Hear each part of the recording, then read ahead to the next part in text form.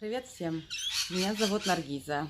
Я живу в Мельбурне, в Австралии, уже 16 лет. Наргиза уже 16 лет живет в Мельбурне, и по ее словам, это впервые, когда город остановился. Пандемия коронавируса заставила людей массово закупиться продуктами и ограничить движение по городу. Я работаю в банке. У нас почти все работают из дома удаленно, но я еще езжу в офис. Из-за того, что все хотят удаленно подсоединиться к системам банка, иногда связь не очень хорошая, и это не получается. Вот, поэтому некоторые из нас ездят в офис. У нас на этаже где-то, наверное, было человек 120 работает обычно. Сейчас 5 человек. Приезжаем в офис. Из подвальной парковки в лифт, из лифта на свой этаж, и больше никуда нельзя ходить. И там мы соблюдаем дистанцию, сидим далеко друг от друга. Что касается ситуации во Франции, то на сегодняшний день мы остаемся у себя дома. У нас уже пошла 3-я неделя, как мы сидим на карантине. И все эти недели каждый, наверное, житель старается оставаться у себя дома, за исключением продуктов первой необходимости и лекарств. Если мы без определенной причины вышли на улицу, то нам налагается штраф в размере 135 евро. Поэтому каждый выход на улицу должен быть обоснованным, и ты при себе должен иметь маршрутный лист и удостоверение твоей личности. Вот.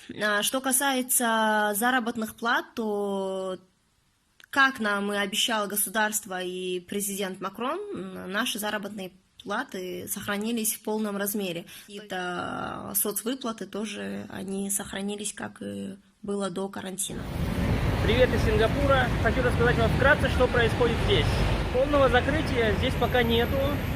Здесь введены правила social distancing, когда рекомендуется или даже требуется соблюдать дистанцию в 1 метр друг от друга. И нарушение этого правила может грозить тюрьмой, по-моему, до полугода или штраф в несколько тысяч долларов. Сингапур, прежде всего, на данный момент поддерживает малый и средний бизнес, которые могут пострадать. Это сфера услуг среднего бизнеса. Вот. А также они поддерживают, в принципе, раздают деньги каждой семье. Там зависит по-моему, от разных факторов. От 300 до 900 долларов сингапурских они дают, что в эквиваленте может быть где-то примерно от 250 до 700 долларов США. В Торонто, где проживает Джилдыз, уже 818 зараженных COVID-19. В городе объявлен карантин.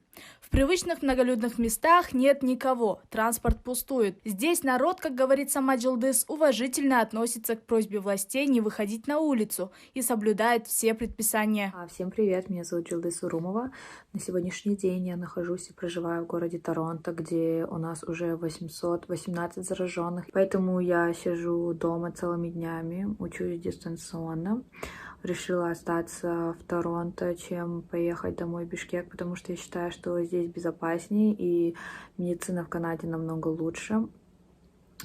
Тут есть больницы, здесь есть доктора, которые смогут о нас позаботиться. В целом могу сказать, что народ в Канаде понимающий, уважающий. То есть, если нам сказали сидеть дома, то все сидят дома. Поэтому хочу тоже от себя сказать, пожалуйста, не болейте, сидите дома, и здоровья вам всем. Привет, меня зовут Манас, и я живу в Майами, штат Флорида. Сегодня я хочу рассказать, что у нас происходит в штате. У нас уже 2 недели идет карантин. У нас заболевших уже в штате Флорида около 7 тысяч человек. Это крайне опасно. Вначале мы не воспринимали этот карантин серьезно, потому что мы живем в солнечном штате, но у нас есть один но. У нас очень влажно. И это благодаря этому влажности, скорее всего, вирус мог выживать, и у нас столько много заболевших. Мы сегодня находимся на 3-м месте позиции по заболевшим. Первым на месте находится Нью-Йорк, 2-й Калифорния, и мы находимся на 3-й позиции. У нас, где мы живем, это относится к южной части Флориды. Очень большое густое население.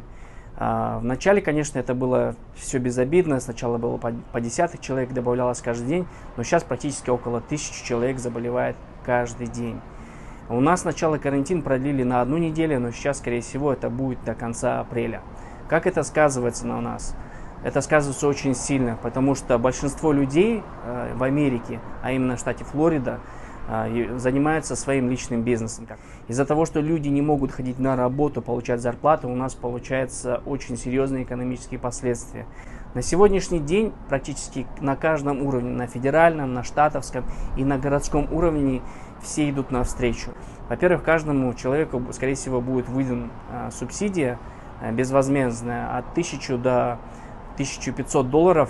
Там, в штате Флорида была принята программа, что каждый бизнес, начиная малый и средний бизнес, могут получить ровно на год беспроцентный кредит. А также создалось очень много программ, благодаря которым мы получим также как малый, так и средний бизнес определенные субсидии и кредиты под очень малые проценты. А теперь о ситуации в Кыргызстане. Здесь, как и во всем мире, ввели карантин. Однако это вызывает недопонимание между властями и народом. Большое количество кыргызстанцев лишились работы и каждодневного дохода. Сколько продлится карантин, неизвестно. А между тем, число зараженных на 2 апреля достигло 116 человек.